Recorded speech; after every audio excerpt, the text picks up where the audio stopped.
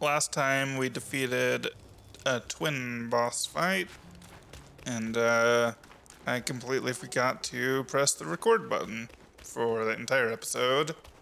But I managed to get the PS5 recording of it, so it's better than nothing. Although it's gonna be annoying because they were captured as web. What secrets did Master Pig whisper to you just now? I've let go of our blood feud, but he still holds so much hostility. My brother's minions are everywhere. Stay close to me, kind monkey. Brother and I used to play around there. The Valiant Six had their ways of amusing us. What fun we had together.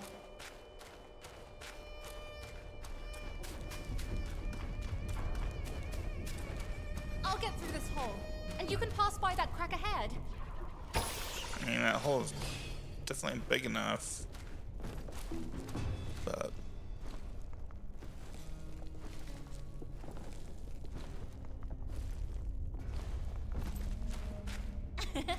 My paws beat your feet.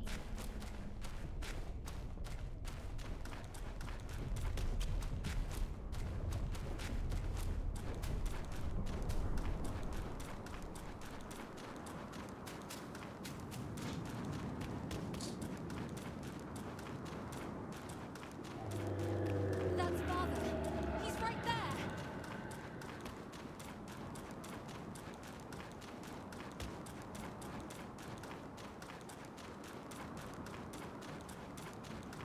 yeah, I don't know that he's gonna recognize you.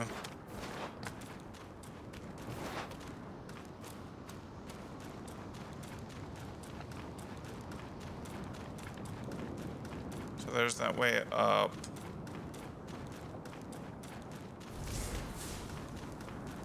Down this cliff, there is a secret passage to her palace. She should be there, but she'd never give you the fan to be used against her precious son.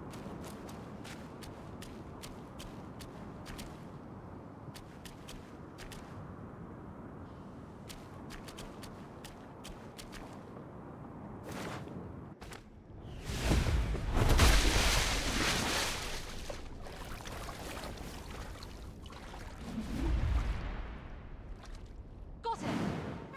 Quite nearby, there is a deity we can turn to. One said to be Mother's old friend. If we could persuade him to come along, maybe he could talk Mother into giving us the fan. I'll go find him. Be careful out here. Okay.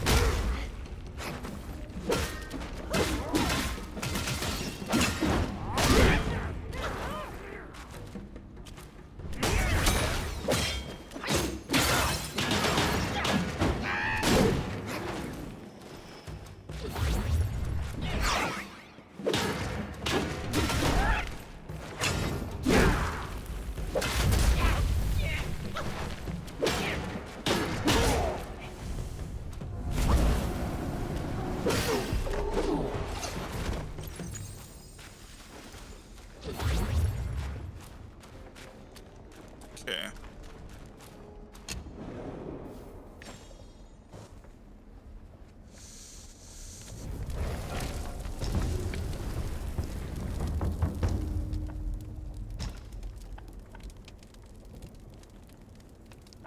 Flaming mountains.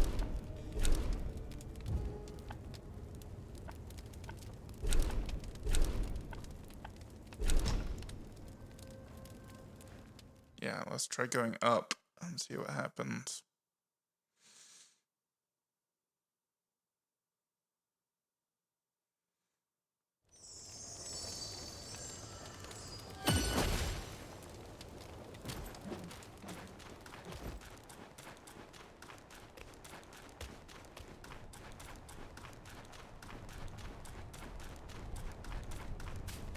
This is very Bloodborne.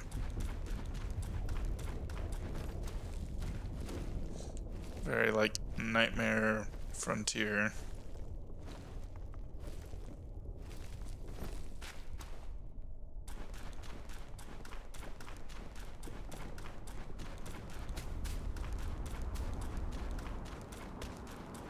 Okay.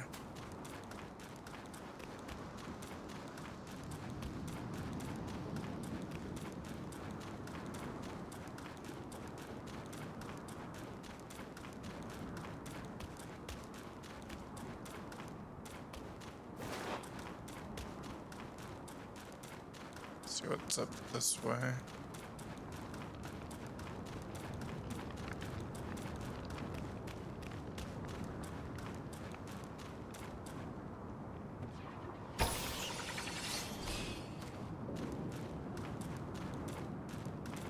Well, literally nothing is that way.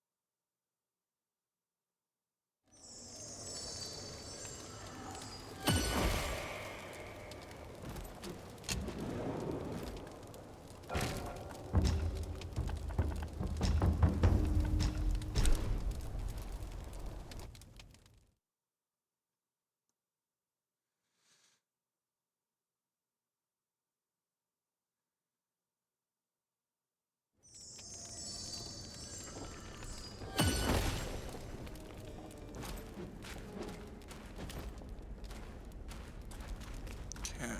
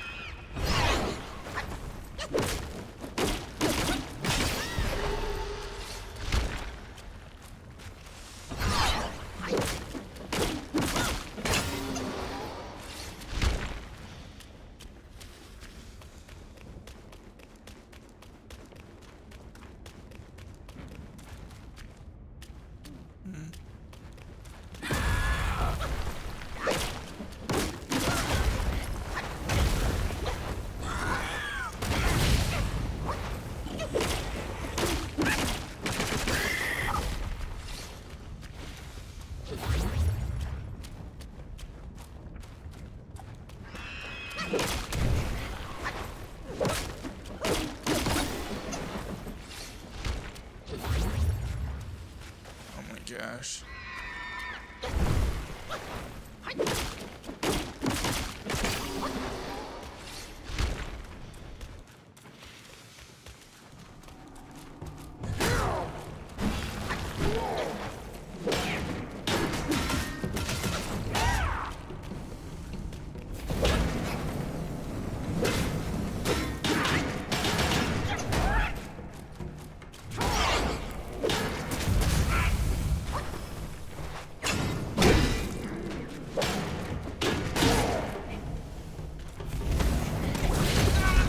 Whoa!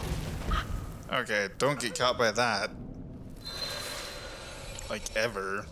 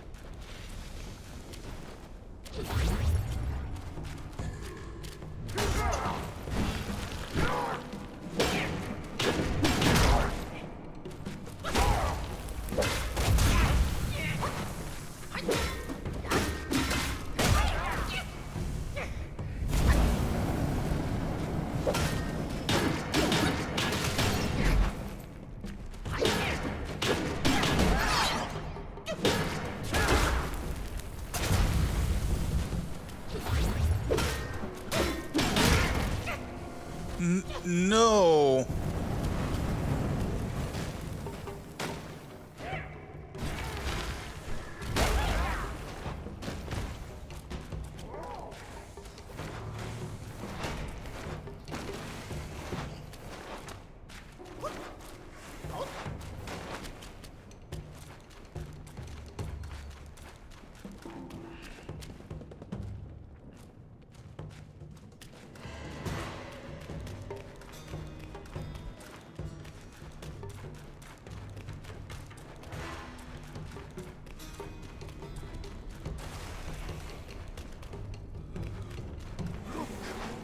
Monkey!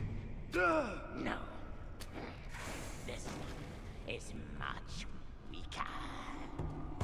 Not no! Master! Monkey!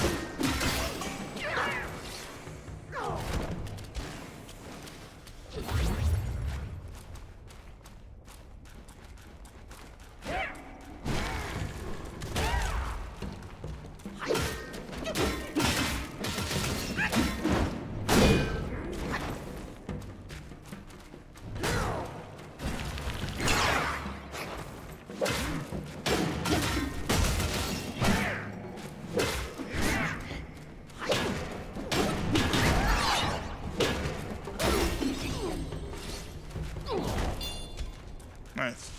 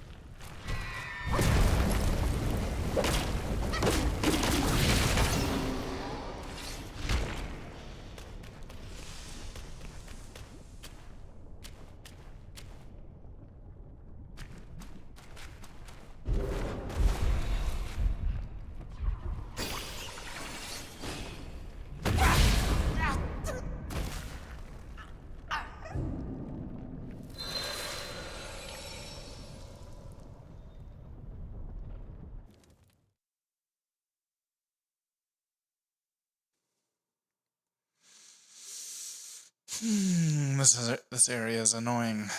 It's annoying. It's annoying. But here we go. Here we are. Let's try running past most things.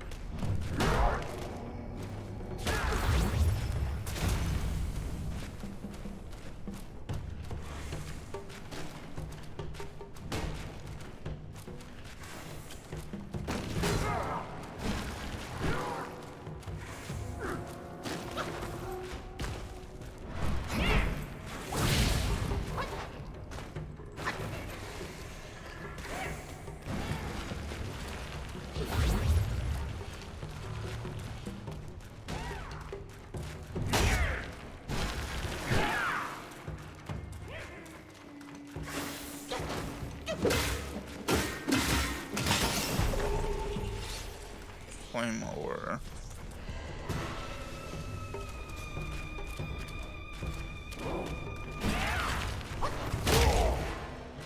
Really, dude?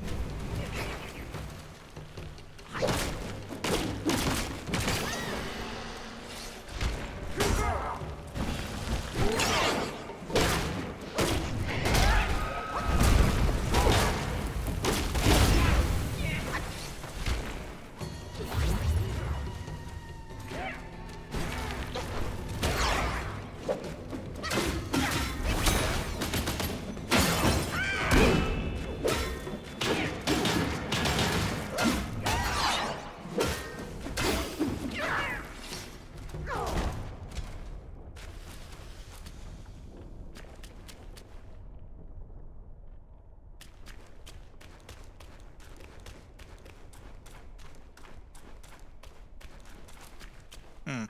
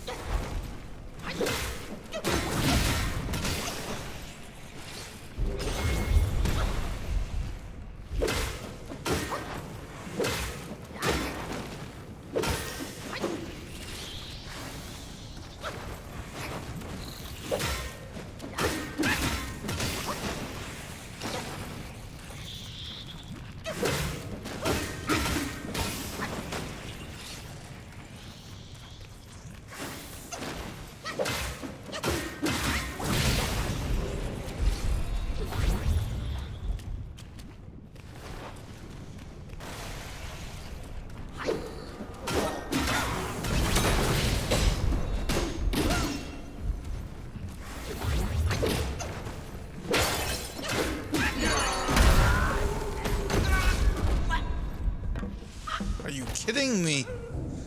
Ah, man. This area is nuts. The fire, man. Fire might be the worst because of the continuous damage.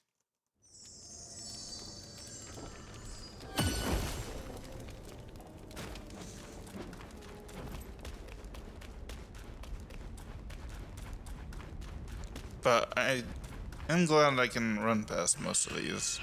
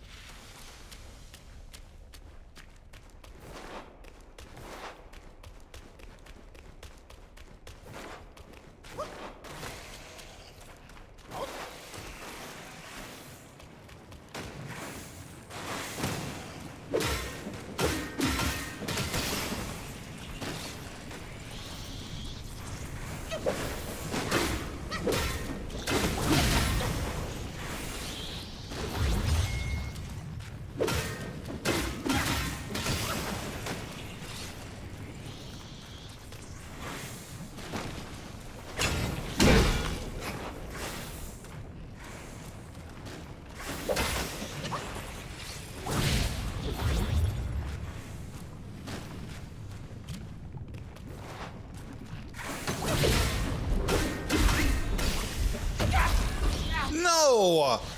I was almost there. The amount of okay, yeah. Yeah, fire might be the most annoying bane.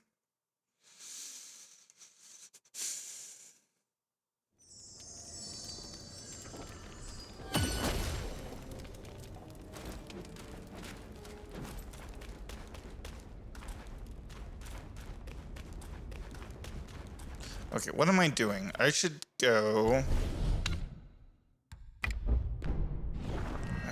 and get some fire resistance.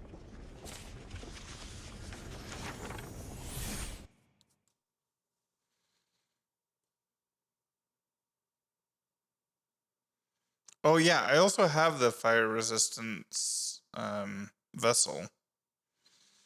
I should probably switch to that.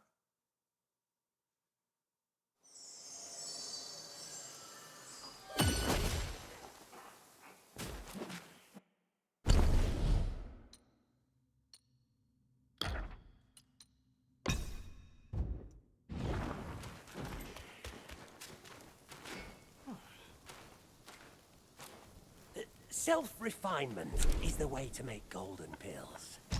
My pills are reliable, but be wiser than relying solely on them.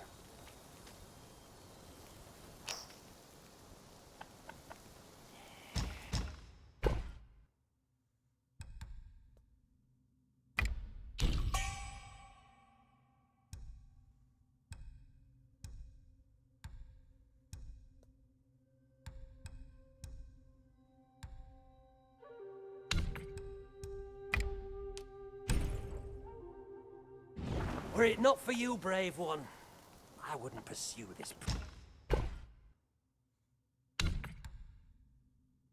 Nothing to steal.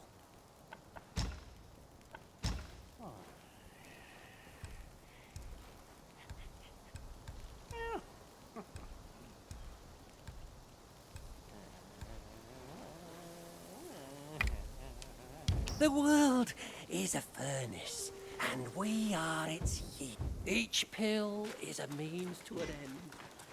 My destiny's course.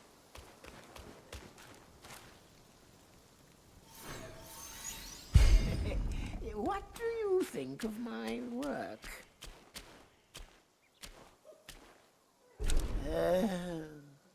With no one else around, only your visits can dispel the... Perhaps it's for the best. Go ahead. I can't spend all day chatting.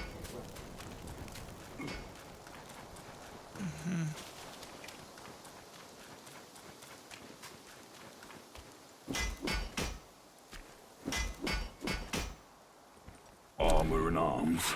Just...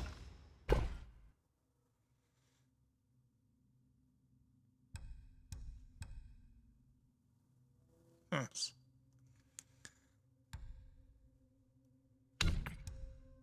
Stuff's and they're yours. I can't help you when you're dead out there. You're right.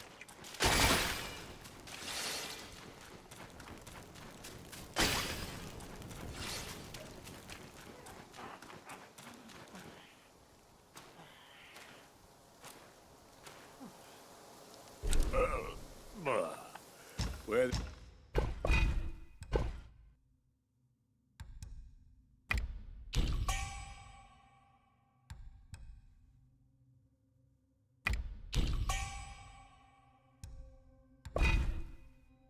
There's drink, all is bliss with it. Out it's done.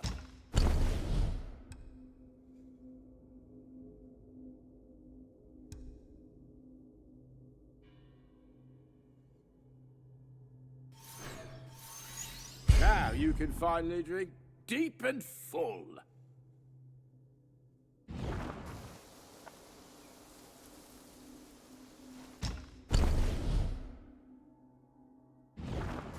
There's no going back to the court now. Only drink.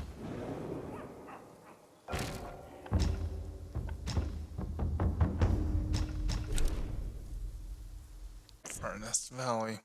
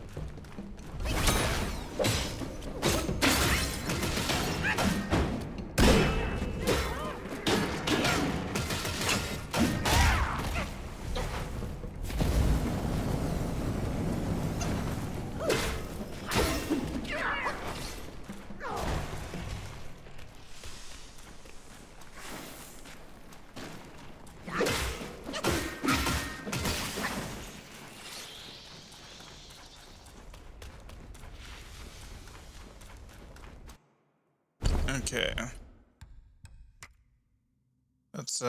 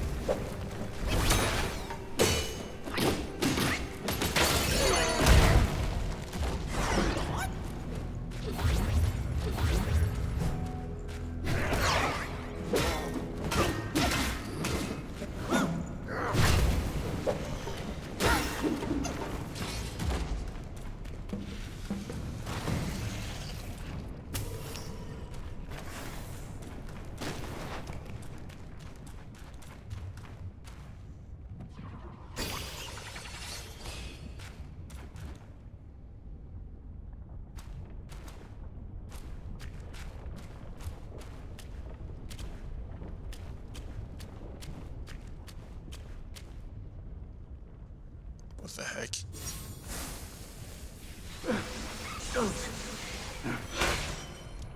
In death, I desire but a complete and final cessation. My life for the God's demise. I deem it worthy. If you can't free me from his evil, you should walk away.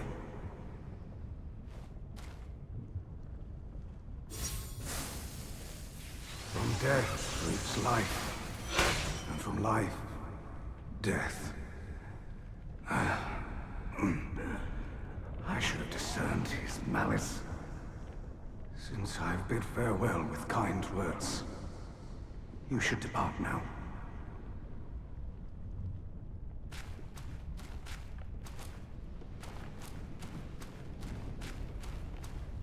What? Okay, I feel like I need... Okay.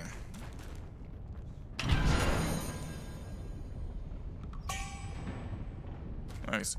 Okay, this definitely seems to me like it's probably the horse dude.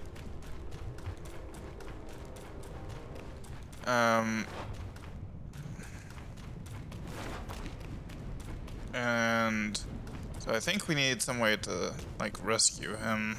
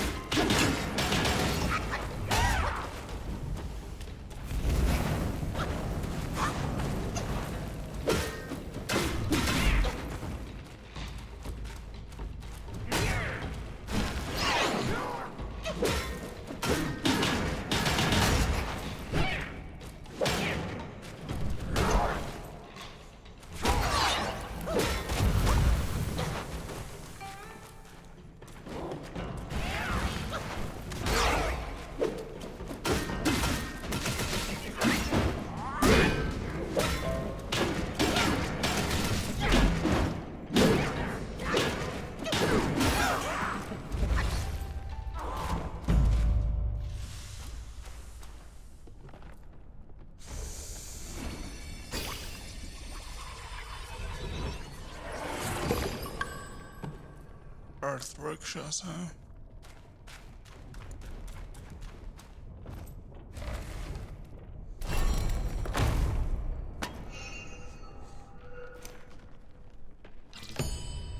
Good flushed old ribbon. Mind core.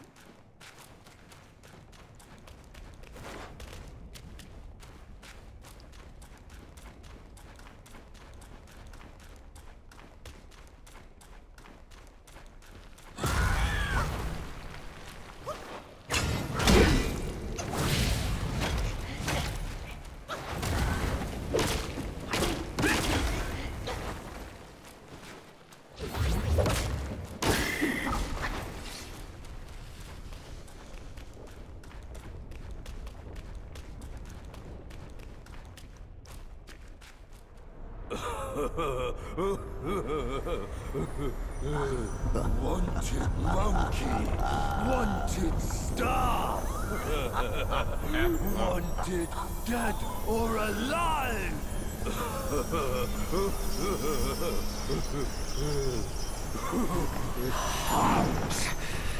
Intruders to the Princess Palace face death. Okay.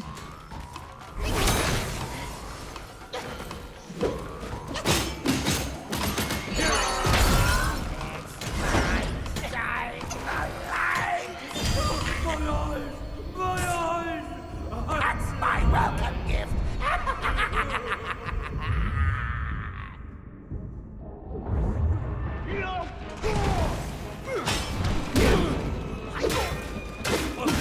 Monkey! Where is he? My eyes are on him. Stop that monster!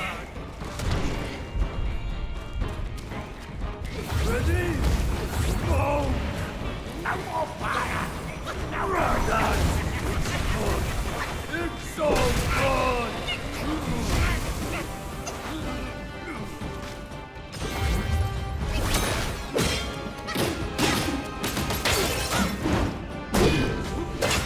One, two, And 3, 4, 5.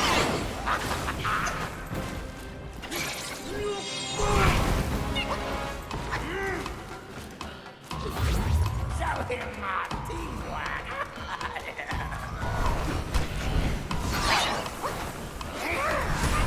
show him!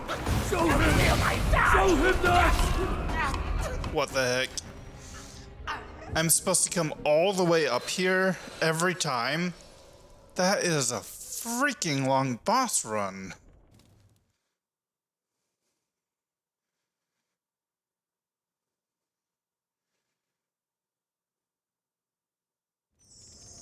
Oh my gosh, they really do. They really do want you to just make that entire freaking run.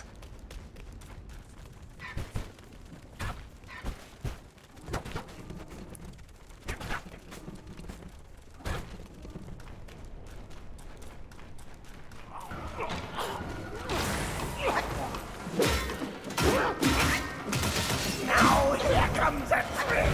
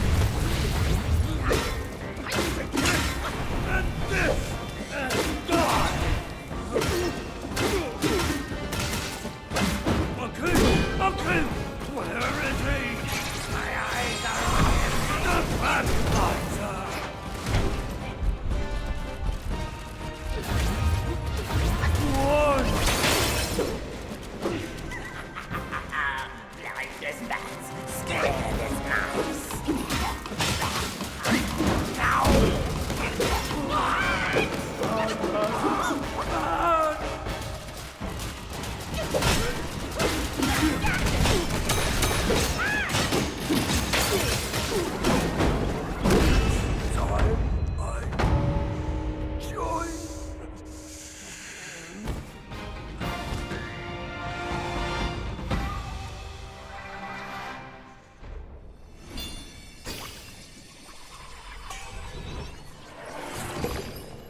Well, at least they didn't make it a super difficult boss.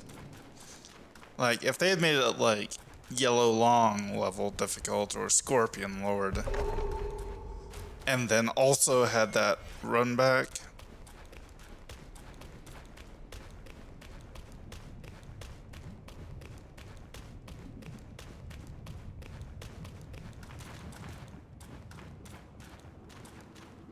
Okay, this feels like another boss. What we're gonna do... increases attack, critical hit chance, and critical hit damage for a relatively long duration.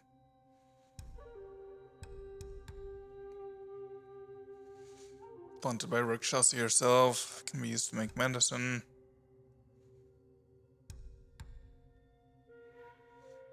Fallen from into the mortal realm with the bricks, with the brick from the Lord allows 8 trigram furnace. Okay. Oh my gosh. Okay. Searing fire. Eternal life, a simple dream, true ascent, a distant gleam. The world seeks shortcuts lost in their quest. With countless sacrifices, they never rest. Outside the walls of the kingdom of sacrifice atop the mountains stood the Fume Fire Temple, renowned for its ability to reform wayward youths from fallen households. The temple was spoken highly of for guiding lost souls towards righteous paths. This tale, as told by a landowner, is about one such disciple, Zhao San. Zhao San was a vagabond. He beguiled guests of brothels into lavish spending, and one of his patrons turned out to be landowner Wang's son. He soon found himself pursued by the authorities and facing a trial against Wang. A Taoist from the Fume Fire Temple happened upon him and offered sanctuary. From that point forward, Zhao San immersed himself in the pursuit of wisdom, practiced diligently, and dutifully undertook tasks assigned by his master. One day, when he descended the mountain on an errand, he came across I don't know how to say that, sorry. A concubine being mistreated by the wife of a household during their journey to the temple. Without hesitation, Zhao San intervened, rescuing Manyang, I'm just going to say that, and brought her to the temple to shield her from the cruelty of that family. With nowhere else to turn, Manyang was welcomed into the temple by the master and became a disciple. Filled with gratitude for Zhao San saving her life, she tended to the temple's chores. Over time, she repeatedly sought to become Zhao San's spiritual partner, yet her advances were always rebuffed. Years later, having made significant spiritual progress, Zhao San underwent an ascension ceremony organized by his master. With Manyang invited as a witness, they were taken to a mountain peak with a river of fire flowing down. Zhao San received a talisman from his master and courageously leapt into the fire. Filled with a longing to practice alongside him, Manyang followed suit amidst cheers and blessings. As the smoke rose, they were reborn from the blazing flames as the eternal guardians of the river of lava. Thus, in the fiery embrace, they found immortality and everlasting life, forever part of the river's endless flow. Ignorance ignites a fool's fire, daily anguish in a somber mire. Enduring a life of ceaseless pain, they yearn for death, not celestial gain. Legend has it that during the reign of the Yellow Emperor, an official of the pottery named Ning Fengxi learned the art of fire with 5 colored fumes from immortals and tried to ascend by roasting himself over the flames. Some say he achieved ascension, others claim he burned himself to death. No one knows the truth. The tale we have here is recounted by a runaway disciple from the Fume Fire Temple in the Kingdom of Sacrifice, a place rooted in the art of the 5-colored fume fire. The master of the disciple served as an abbot of the temple One day, the disciple accompanied his master for some liquor in town, and they came across a fugitive being pursued by officers. As the temple was short on help, and the fugitive was a wealthy one, they offered him shelter. This man, Xiaosan, was a mere wastrel who lured patrons of brothels into extravagant spending. The temple was already home to various robbers and bandits, and it proved to be a corrupting influence on Xiaosan. In the company of fellow criminals every day, he soon became 10 times more villainous than before. One day, Xiaosan set off to rob travelers to fund his own lavish lifestyle. He targeted a wealthy family returning from their monthly worship, and in an act driven by greed and lust, he abducted the family's concubine, Manyang. What? This is a completely different story. Imprisoned within the temple walls, Manyang endured daily chores and beatings. Despite her deep resentment towards Xiaosan, she was powerless against his violence. She could only grit her teeth and bide her time, hoping for an escape. Years later, a ceremony for ascension was announced in the temple. The disciple who tells the story was tasked. Oh, right, these were both stories that were told, not from their perspective. The disciple who tells the story was tasked with escorting Manyang to the event, held atop a high cliff overlooking a river of lava. Xiaosan had already prepared to leap into the fire for ascension with a talisman from his master. He insisted Manyang accompany him. Amidst the frenzied cheers of the followers and the terrified cries of Manyang, the disciple pushed the girl off the cliff as ordered. Charred in the river of lava, their bodies swelled grotesquely as the lava, guided by the talisman, seeped into their skulls. Their distorted new forms staggered up, writhing in agony, and ran towards the depths of the Black Mountains. Witnessing this horrifying transformation, the disciple renounced his belief in the temple's teachings, no matter how vehemently the master rationalized it as a transcendent metamorphosis.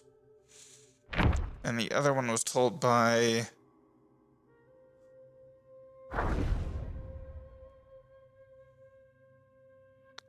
a landowner. So this is what the general public thinks happened, and this is what really happened. Flameling, amidst joy a gentle spirit gleams, in anger darkness sows its schemes. Beneath the earth a silent foe flames within, slyly aglow. Ancient texts speak of flame ore bearing a resemblance to cinnabar ore, but being non-toxic and more potent for pill refinement. Its sought-after properties for enhancing both yin and yang energies attracted many pill crafters. Yet, this rare substance of the mountain spirits remains elusive and priceless. Then there was Cheng Ming, a man obsessed with oddities, scorned by his family for his poverty. Learning that flame ores were formed within flamelings, he set out to profit from it. Selling all he had, he plunged into the mountains, fixated on capturing a flameling. Days turned to weeks with no news save that his makeshift shelter mysteriously burned down. Raging at his misfortune, he saw a large red worm emerge from the ground before him, half buried, half exposed, with the innocent face of a child, much like a disciple of Guan Yin's. Startled by Cheng Ming's fury, it wept. Cheng Ming shouted to scare and silence it, but it only angered the flameling, who swiftly burrowed away. It was only then that Cheng Ming realized it was a flameling. He leapt about, hoping to lure it out again. Finally, the guai, annoyed perhaps, burrowed out and struck him with a fireball. The clothes and skin of Cheng Ming caught fire, and he rolled on the ground in pain and despair. He broke down in tears, realizing he couldn't seize the flame ore by himself. Then, amused and curious, the flameling drew near him. For this one time, Cheng Ming chose to be brutal and resolute. He smashed its head with a rock until it was completely shattered. Cheng Ming continued this merciless act and harvested plenty of flame ores, but he kept his methods a secret. His growing sale of the ores eventually earned him fame as a renowned medicine gatherer far and wide. Tenor. Within the gloom, the monkeys roam, but far away from their allotted home, ensnared in traps as troubles brew, and revenge's journey what's caused what's due. Centuries ago, the troops of the court raised Mount Wagwo once more. Upon hearing of the great sage's death, Many monkeys left their home in sorrow and began searching for new sanctuaries for their practice. Given the great sage's past association with the Bull King, many sought his protection at Flaming Mountains. The Bull King hated monkeys as the great sage had betrayed him, yet he offered shelter to these distressed refugees. But life in Flaming Mountain was harsh, afflicted with scorching heat and frequent harassment from outer Yaoguais. Fortunately, the keeper of the land treated them kindly, providing food and support, and earned the trust of the monkeys. Soon, however, a plague struck. The monkeys' fur began to fall out, their skin festered with sores, and large black boils, horrifying and infectious, sprouted on their backs. The plague spread rapidly, leaving many in such agony that death seemed a preferable fate. The macaque chief, their leader, ordered the infected to be cast into the scorching furnace valley to fend for themselves there. Right, I remember reading about that. Abandoned and dying, these monkeys cursed their former kin. As death neared, the keeper came and saved them with astounding cures. In weeks, their skin healed. In months, their boils burst and revealed dark wings. The keeper taught them to fly, accepted their loyalty, and enlisted them as 10th-ranked minions named the Tenors. Their first task was to purge the camp of the macaque chief. Ruthlessly, they slaughtered their kin, sparing only the cunning macaque chief, who managed to escape to an unknown fate. Earth Rakshasa. Round eyes that gleam so bright, a body drenched in blood's light, with a 7 treasure hat adorned, a sincere heart through faces scorned. The Earth Rakshasas were descendants of the Sea Rakshasas, born during their exile. Due to the different will of their new home, they did not grow to the enormous size of their ancestors. Despite this, their loyalty to Princess Rakshasi remained as steadfast as that of their forebears. They strictly adhered to their precepts set by Rakshasi, diligently practicing their arts and shedding many of their old vices. There were many folk tales about Rakshasas being fond of eating human flesh, which was why villages near Flaming Mountains often sent their elderly to the stone temple as offerings. In truth, the Rakshasas of Flaming Mountains did not eat humans. On the contrary, because their immense strength could easily harm mortals, Rakshasi gave them specially crafted heavy shields and instructed them to focus more on defense than attack. However, if pushed to their limits, they would still unleash their fire-breathing abilities. Even though the Earth Rakshasas had made many changes, people still screamed and fled in terror at the sight of their fearsome appearance. But from the perspective of the Earth Rakshasas, weren't those screaming mortals just as terrifying? Cloudy mist, misty cloud. Let the strange be strange, the odd be odd. Follow the boy master, let mountains fall in chaos. Flaunt neither strength nor take pride. When disputes come near, cast them aside. Once upon a time there were 3 ghosts who shared a single body. They aspired to earn the title of mountain deity, and thus, with their bribe paid, they targeted at a blind mountain deity of Mount Woe to take his place. Although the mountain god was blind, his hearing was exceptionally sharp. He was highly skilled in the art of smoke and fire, able to release smoke to conceal his movements. Whenever the 3 ghosts came to provoke him, he would immediately vanish into hiding. One time, the 3 ghosts combined their powers to emit a sweeping flash of lightning, forcing the mountain deity out of hiding. The mountain deity cried out, waving his incense sticks wildly. The 3 ghosts, being clumsy, couldn't dodge and got hit. Seeing their clothes catch fire, the 3 ghosts forgot about the mountain deity and started blaming each other. As they quarreled, a burst of laughter echoed from the cliff. A young boy with red skin and white hair sat there, watching them as if enjoying the show. Embarrassed and angry, the 3 ghosts and the mountain deity temporarily set aside their differences and attacked the young boy. The boy, finding it amusing, wielded a sharp spear and sparred with them. Unexpectedly, the mountain deity's smoke perfectly concealed the clumsy bodies of the 3 ghosts, while the ghost lightning provided opportunities for the mountain deity to attack. Together, they managed to fight the young boy for several rounds. It wasn't until the boy used his samadhi fire that they fell to the ground, begging for mercy.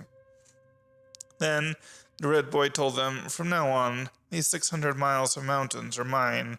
You will follow me and become my captains." From then on, the three ghosts were given a new name, Cloudy Mist, and the blind mountain deity was named Misty Cloud. They continued to serve Red Boy as a team, but their deep-seated animosity remained unresolved, leading to frequent quarrels that persisted to this day. Cool.